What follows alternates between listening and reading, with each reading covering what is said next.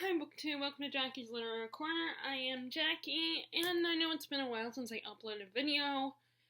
BookTube is giving me problems a few weeks ago, and I'm convinced that the reason YouTube has when something is going wrong with YouTube where your video just won't be able to upload. I think the reason why they have those cute little pictures of like animals and little people and stuff that look like Bob the Builder. I think that just make you feel a little bit better about the fact that once again the internet's not working or something. Yeah, like I had something went wrong, and it was like it's like cute little doggy. So I think that's just to make you feel better about it. But anyway, so I decided to do a review for my first video, more recent video.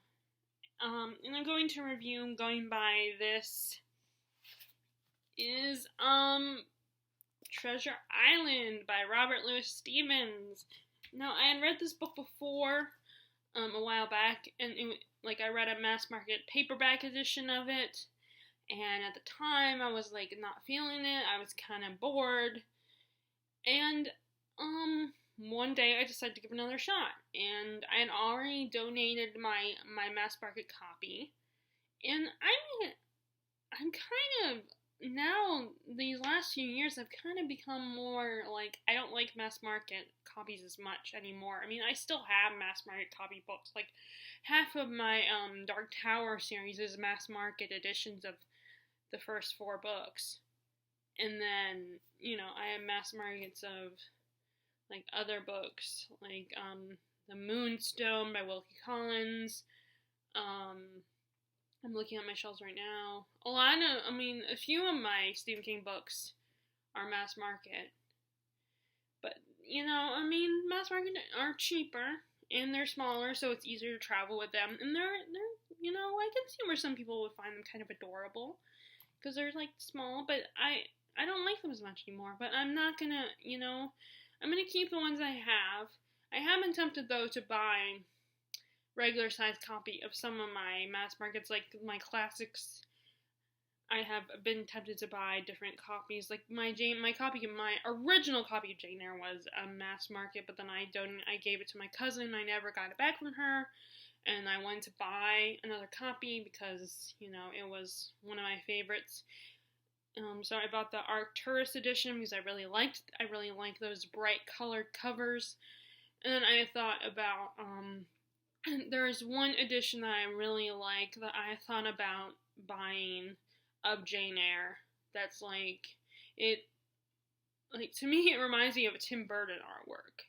Like a Tim Burton drawing, animation. But then I feel kind of guilty because it's do I really need 2 copies? I feel like I would have to get rid of the other copy. And nothing is wrong with the other copy. I still love the other copy. But I just love the other one a little bit more. So it's and although the other one might be a little bit more expensive than the Arcturus edition, so I would be spending a little bit more money on it. It's do I need to? I already have a perfectly good copy, so do I need to buy another one? But anyway. So let's review Treasure Island by Robert Louis Stevenson. Now, I did read Jekyll and Hyde in 1 or 2 other of his short stories or novellas. I don't know if you call them short stories or novellas. But I didn't like them. I was disappointed by Jekyll and Hyde. And I blame pop culture for that. But this one I was not disappointed. I mean, there were things about I didn't like, but I still love this book. So in case you don't know, this is a classic about this young boy, Jim Hawkins. His parents own a little inn, seaside inn called the Benbow. And one day, a raving drunk pirate, shows up at their inn, stays there for a few days, drinking and singing his pirate shanties, and he's warning Jim to stay away from this pirate with one leg. And then one day, the pirate, Billy Rose is his name, he dies, and the mom decides that he's been, I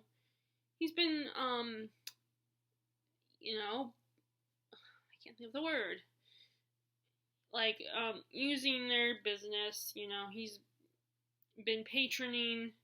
I don't know if that's the word I'm looking.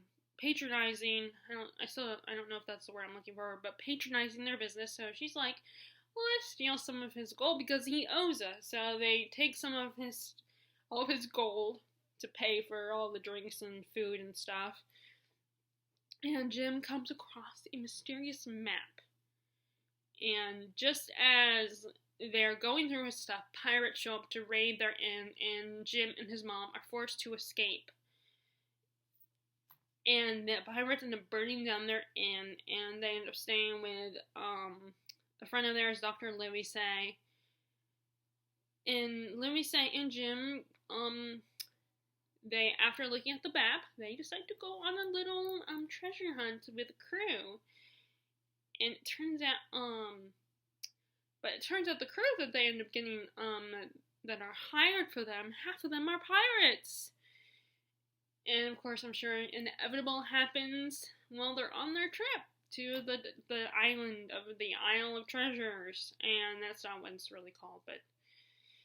So this is a fun book. I mean, if you like Pirates of the Caribbean, which actually I was just thinking about that the other day, and it's kind of funny that I was thinking, oh, I love Pirates of the Caribbean, so I should read this book.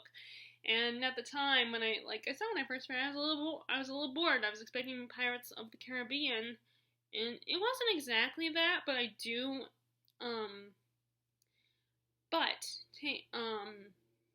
retracting that statement, I would say that if you like Pirates of the Caribbean, I think you would still like this book because it's still kind of the same type of story of pirates and stuff. It's just not as action-packed as Pirates of the Caribbean.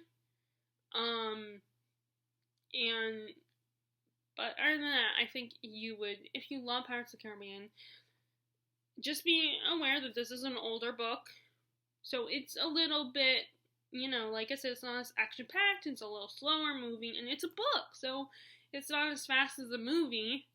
It's not, you know, but, I also enjoy that it's in first-person narrative. You have Jim Hawkins as our narrator, and I feel like that's a good way to get us into the story because, you know, we're like Jim. The readers are like Jim in that we're going on Steve Venture in our mind, in our imagination. So this is all new for us and exciting and thrilling, just like it is for Jim. So I think that was it was good to start with, you know, to tell the story through Jim Hawkins' eyes. And, now it does go in, because Jim ends up getting separated from the sailors at one point.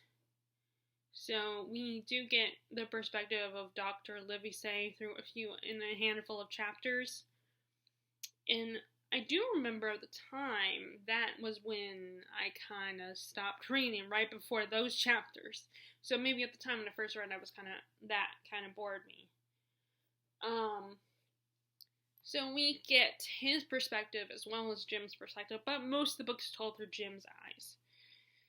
I also really enjoy Long John Silver. He was my favorite character. He's fun and charming, but still sinister, you know, still a scoundrel. But he's also a likable scoundrel, which it's just like how people today, and like characters like Spike, you know, from Buffy the Vampire Slayer, or Loki from the Thor graphic novels, where they start out as villainous, although he's villain throughout the whole story. I mean, he's still technically a villain throughout the whole story. Now, if this was a show, which actually there is a show, I think that's a prequel to this novel on Starz called Black Sails, which I really enjoyed. And I want to watch that again, but it's not on Netflix. That's kind of annoying. But it was a prequel where we have all the characters before the events of this book, like Captain Flint, a younger Long John Silver, a younger Billy Bones, and probably a few others that are mentioned in the book. So I thought that was really cool, even though when I first watched Black Sails, I'd already DNF'd during my first attempt of reading this. But I still was like, oh my god, that's so cool, this is a prequel. anyway, so either way, he's charming, he's charismatic, he's really likable, but he's also got he's still a pirate. It was also really sweet that he has a soft spot for Jim. He really likes Jim and respects him, and thinks highly of him. And if Long John Silver had a son, he probably would want Jim to be his son. Which brings me to some of my negative things I did not like about this, which is that I'm used to, I've seen Treasure Planet and I've seen Muppet Treasure Island. And in Treasure Planet, we do get a montage of Jim on the boat because he becomes a cabin boy, and him and Long John Silver is disguised as the cook on the ship. So we get kind of them bonding and hanging out together, and he sees in the movie, in the adaptation Treasure Planet, his dad was already absent, and we don't know what happened to him in Treasure Planet, which Disney does it a lot, where a character's one parent is gone. Oftentimes it's the character is a female, they don't have a mom, and I don't know, there's a lot more female main characters in Disney movies than there are male characters, so I don't. But, anyway, so his dad is gone. Now, in the book, though, the sun's trying to come out. It's raining today, so, and you guys know that I have a window right here, so now I see the sun is trying to come out. But anyway, so, in this one, I was kind of surprised by the fact that his dad died, within the first couple chapters. I did not, he was sick and stuff, and I think that's his mother's frustration trying to run the inn while his dad is sick and trying to keep Jim occupied so he wouldn't bother them. And then the pirate shows up, and so she's worried about that, and, he's making too much noise and all that stuff, so I was and then he dies.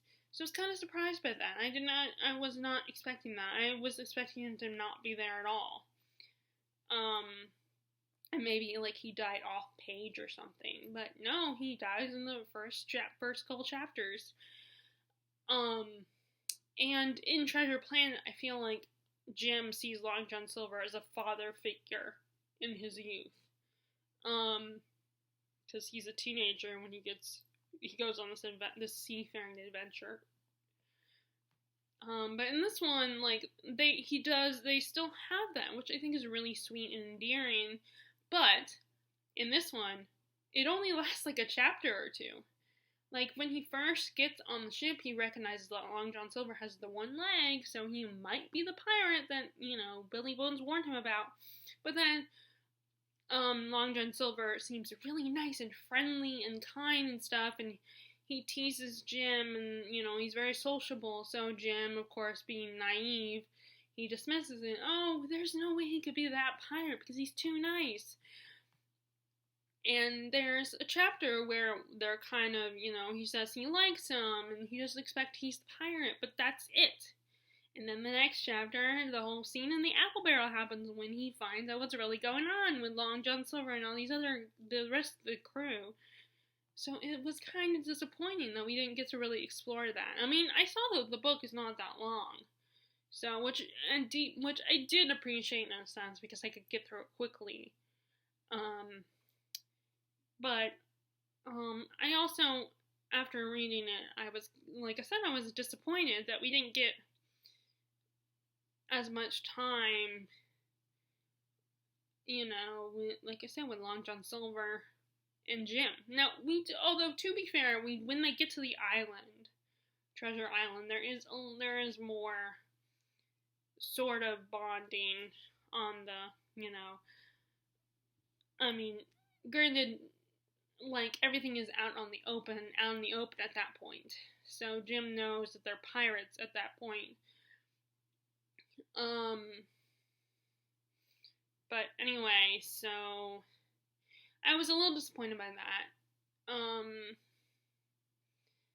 But you know, I was happy we still got hints of it. We just didn't. I just feel like we didn't get enough of that relationship, of that bond. I mean, that's one of the things I like. I like when characters and stories that you would think they wouldn't be good as parental figures, but then they end up bonding with a child or a teenager in this case, and I have a soft spot for that trope. Characters that probably shouldn't be parents developing a soft spot for a child. I think that is really sweet. That kind of story is really sweet. So what else? Like I said, I liked him, Long John Silver. Jim was okay as the main character. You know, nothing special about him. He's, you know, teenage boy, a bit naive and impressionable, likes adventure. Very nice boy. And I didn't have any strong feelings for all the other characters. You know, I liked them and everything, but I didn't hate them, but I didn't, you know, it wasn't like any strong hatred or love for the other characters. You know, it was just like, oh, they're, you know, oh, I did like Ben Gunn. He was very funny and, a little crazy. I remember, again, in Treasure Planet, what they did with Gunn, because it's in space. So Ben Gunn is I think he's like an android or a robot or something. In that one, like, and he's one that he got his brain taken out, so he's a little crazy. So I liked him. He was, you know, probably one of those crazy people that actually is a lot wiser than people give him credit for. He's just a little crazy. Kind of reminded me of Winter from the Lunar Chronicles, where she seems a little, you know, not right on the head because she doesn't use her lunar gift. But she's a lot wiser than people give her credit for. She always has these moments of, you know, wisdom, and I think that's how it is with Ben Gunn. Like, he has these moments of wisdom, even though he's been on the island for so long, that he's lost his mind.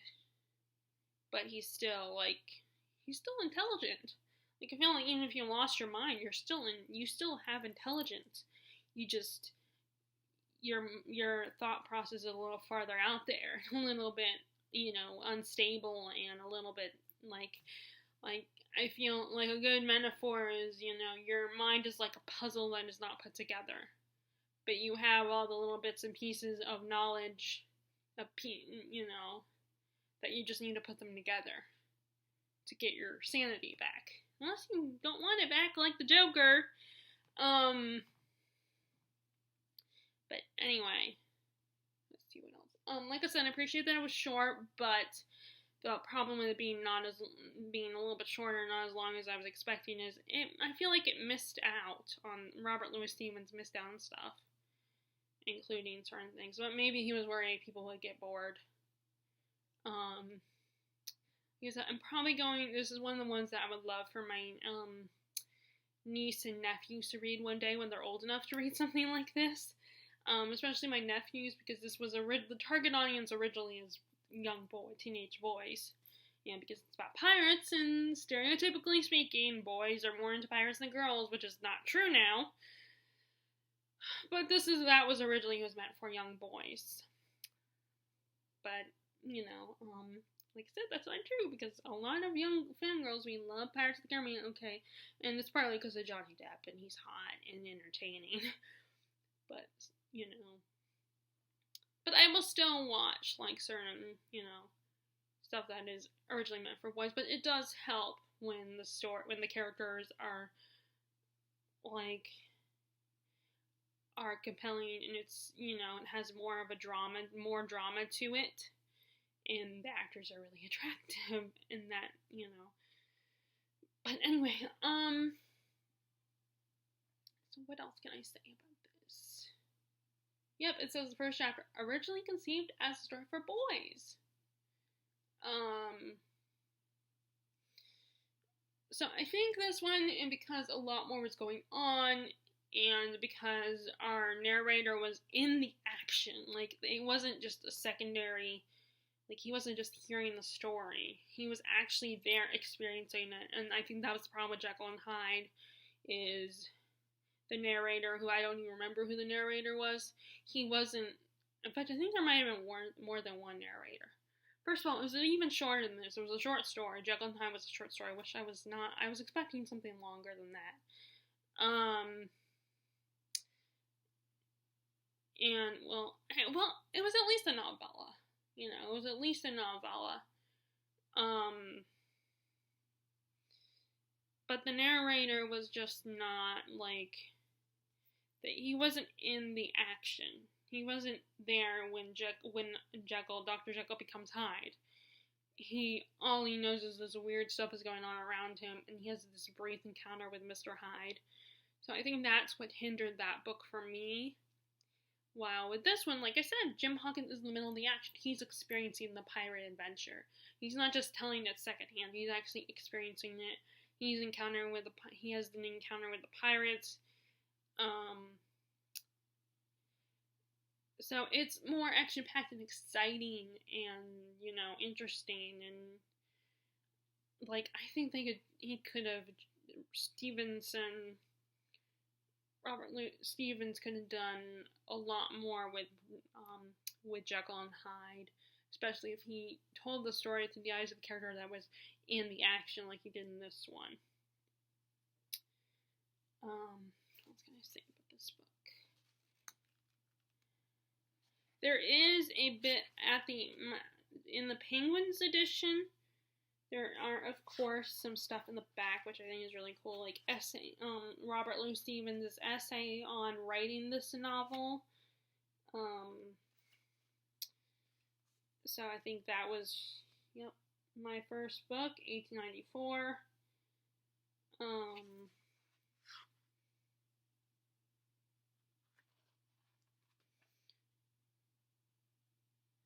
Yeah, so I thought it's kind of cool. I didn't read them myself, because once I'm done reading the book, I'm like, oh, okay, I don't want to read those essays unless I had to. Then I would read them, obviously. So, like I said, I don't know what else I want to say about this book. So if you like Pirates of the Caribbean, I think you should check this book out. You know, even though what I said in the beginning of the book, that I was expecting Pirates of the Caribbean, I didn't exactly get Pirates of the Caribbean at the time. But I think this is but now I kind of take that statement back a little bit, and I feel like if you like Pirates of the Caribbean, I think this is a good starting, if you want to find kind of what I feel like what probably inspired Disney to make the ride, and then eventually creating the Pirates of the Caribbean movies.